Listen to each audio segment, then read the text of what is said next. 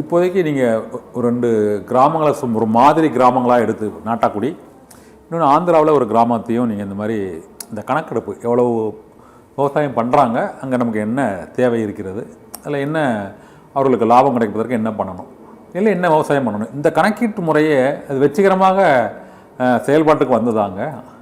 ரொம்ப அதாவது ஆந்திராவில் பண்ணது கூட கொஞ்சம் காலம் பின்னோக்கி சென்றது.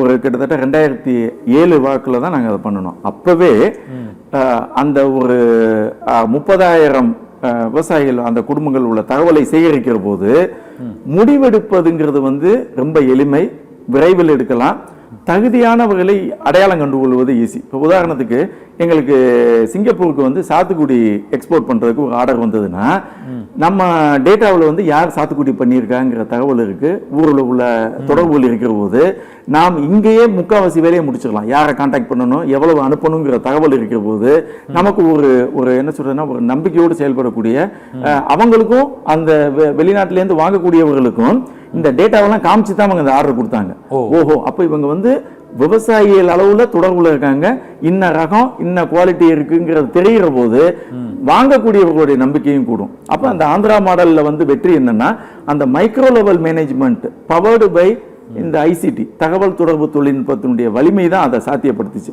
இன்னொன்னு, இப்ப நீங்க வேப்பங்குளத்துல பண்ணிக்கிற போது கூட அங்கே சந்தைப்படுத்தல் சொன்னீங்க இல்லையா, அங்கே உழவர் உதவி மையம் செயல்பட்டது. வேப்பங்குளத்துல ஒரு 3 ஆண்டுகள் 2.5 ஆண்டுகள் செயல்படுத்துறோம்.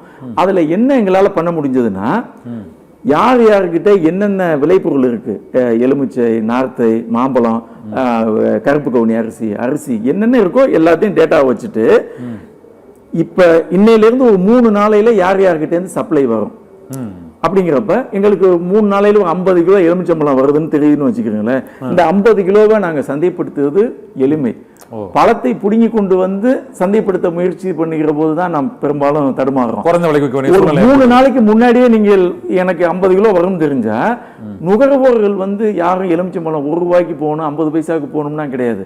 அவங்களுக்கு நல்ல பழம் ஒரு 3 ரூபாயிலேருந்து 5 ரூபாய் கிடைச்சா மகிழ்ச்சியா வாங்குறார்கள். அப்படி ஒரு வாங்கக்கூடிய திறன் இருக்கிற நாட்டுல ஒரு விவசாயினுடைய பழத்தை நாம அவங்களுக்கு இப்ப 60 பைசா 70 பைசா 1 ரூபாய் போற இடத்துல நம்மளால ஒரு 1 ரூபாய் 75 காசு 2 ரூபாய் கொடுக்க முடிஞ்சதுன்னா அதை விட ஒரு பெரிய ஒரு சிறு குறு விவசாயிகளுக்கான பலன் சரியா உட்காந்து கிட்டத்தட்ட 15 லட்சம் ரூபாய்க்கு உண்டான விவசாயிகளுடைய விளைபொருட்களை கொரியர் சர்வீஸ் மூலமா 24 மணி நேரத்துல தமிழ்நாடு முழுவதும் அந்த உழவர் உதவி மையம் சப்ளை பண்ணுச்சு. அதுல முக்கியம் என்னன்னா, கன்சியூமரை பொறுத்த வரைக்கும் 2 அட்வான்டேஜ். ஒன்னு வெளியில எனக்கு கிடைக்கக்கூடிய விலையை காட்டிலும் அவங்களுக்கு ஒரு 10% கம்மி. இன்னொன்னு ஃபார்ம் ஃப்ரெஷ் அஷூரன்ஸ் இருக்கு. அதை விட முக்கியம், நான் உழைத்த பணம் என்னுடைய விவசாயிக்கு ஒரு வாழ்வாதாரத்துக்கு உதவுதுங்கிற திருப்தி. அப்படிங்கிற போது இது நீங்க பெரிய அளவுல இதை விரிவாக்கம் பண்ணிக்கிற போது இந்த கிராஸ் ரூட் லெவல்ல 12,600 பஞ்சாயத்துகள்னா இந்த 12,600 பஞ்சாயத்துல இருந்தும் நாளைக்கு என்ன வரப்போகுது, நாளானைக்கு என்ன வரப்போகுது அப்படிங்கிற தகவல்களை நாம் முன்னால் சேகரிக்கிற போது அரசாங்கத்தினுடைய தற்போதைய மார்க்கெட்டிங் கட்டமைப்பை வைத்துக்கொண்டு அரசாங்கம் இதில் இன்டர்வென்ட் பண்ணலாம், தனியார்கள் இந்த விதத்தில் இன்டர்வென்ட் பண்ணலாம், வெளிநாட்டுக்கு என்ன பண்ணலாங்கிறதெல்லாம் நாம் எளிமைப்படுத்துகிற போது சாத்தியப்படுத்த முடியும். அரசாங்கமே இந்த ஒரு உதவி மையம் மூலமாக கொள்முதலை முறைப்படுத்திடலாம். அரசாங்கம் கொள்முதலை வாங்க வேண்டும் என்பதல்ல, அந்த தகவல்களை ஒருங்கிணைத்து வைத்துக் கொண்டாலே பாதி பிரச்சனை தீர்ந்துரும். அந்த தகவல் ஒருங்கிணைப்பு இப்ப நீங்க இந்த நாட்டாக்குடி கிராமத்துல என்னமா சேஞ்ச் பண்ணி? நாட்டாக்குடிங்கிறது ஒரு ஸ்பெஷல் இனிஷியேட்டிவ் சார். என்னன்னா, ஒரு 10 ஆண்டுகளுக்காகவே தொடர்ந்து அந்த கிராமத்துல மக்கள் மைக்ரேஷன். அதுல அவங்க சொன்ன காரணம் என்னன்னா, கிரைம் ரேட் ஏதோ இருக்குன்னாங்க. கிரைம் அதை விட முக்கியம், ஏன் முதல்ல வெளியில போனாங்கன்னா கொஞ்சமா குறைஞ்சாங்கன்னா ஆடு மாடு பிரச்சனை. அவங்க சொன்ன இது ரொம்ப முக்கியமான பதிவு. இன்னைக்கு நம்ம 47,000 கோடி ஒதுக்கி இருக்கோம்னு சொல்றோம், நெருக்கி 50,000 கோடி ஆடு மாடுகள் கொடுக்கறதா இருக்காங்க. ஆனா மிக குறைந்த எண்ணிக்கையில தான் இது அவங்க பயனாளிகளை போய் சேரும் அப்படிங்கிறாங்க. ஆடு கறவை மாடுகள் கறவை அந்த ஆடுகள் எல்லாம் இலவசமா கொடுக்குறோம் மானியத்துல. இல்ல அது ஒரு பக்கம். இப்ப நாட்டாக்குடியை பொறுத்த வரைக்கும் என்னன்னா, இந்த 50,000 கோடி ரூபாய் நம்ம முதலீடு பண்ணதுக்கு உண்டான ஒரு ஆபத்தை நாட்டாக்குடி உணர்த்துது. என்னன்னா, அங்கே தண்ணி பிரச்சனைக்காக வெளியில போகல, விளைஞ்சு வரக்கூடிய நிலைமையில அறுவடைக்கு தேதி குறித்த பின் கூட மாடு ஆடு பன்றிகளுடைய தொந்தரவுனால விளைந்த பொருள் அவர்கள் வீட்டுக்கு வரலைங்கிறதுனால அவங்க விரக்தியில தான் இனிமே விவசாயம் நாம் செய்வதற்கு உகந்தது அல்லங்கிற முடிவுல வெளியேற ஆரம்பிக்கிறாங்க. அப்ப இன்னைக்கு நாம் எவ்வளவோ சொல்லியிருக்கோம், பேசுறோம் விவசாயத்துக்கு. ஆனால் ஒரு விளைந்த பொருளுக்கு உண்டான விவசாய நிலங்களுக்கான பாதுகாப்பு இல்லாததுங்கிறது வந்து முக்கியம். இப்போ நம்ம வந்து ஆடு மாடு கொடுக்குறோம்ல, இந்த ஆடு மாடுகளை வளர்ப்பவர்கள் கட்டுப்பாடோடு மேய்க்கிறது கிடையாது ஒன்று. ரெண்டாவது, இந்த சூழ்நிலை மாற்றங்கள்னால வனப்பகுதியில் உள்ள விலங்குகள் வந்து உள்ள வந்துருது தண்ணிக்காகவும் உணவுக்காகவும். இது ஒரு மிகப்பெரிய தொடர் போராட்டமாகவே இருந்து வந்துகிட்டு இருக்கு.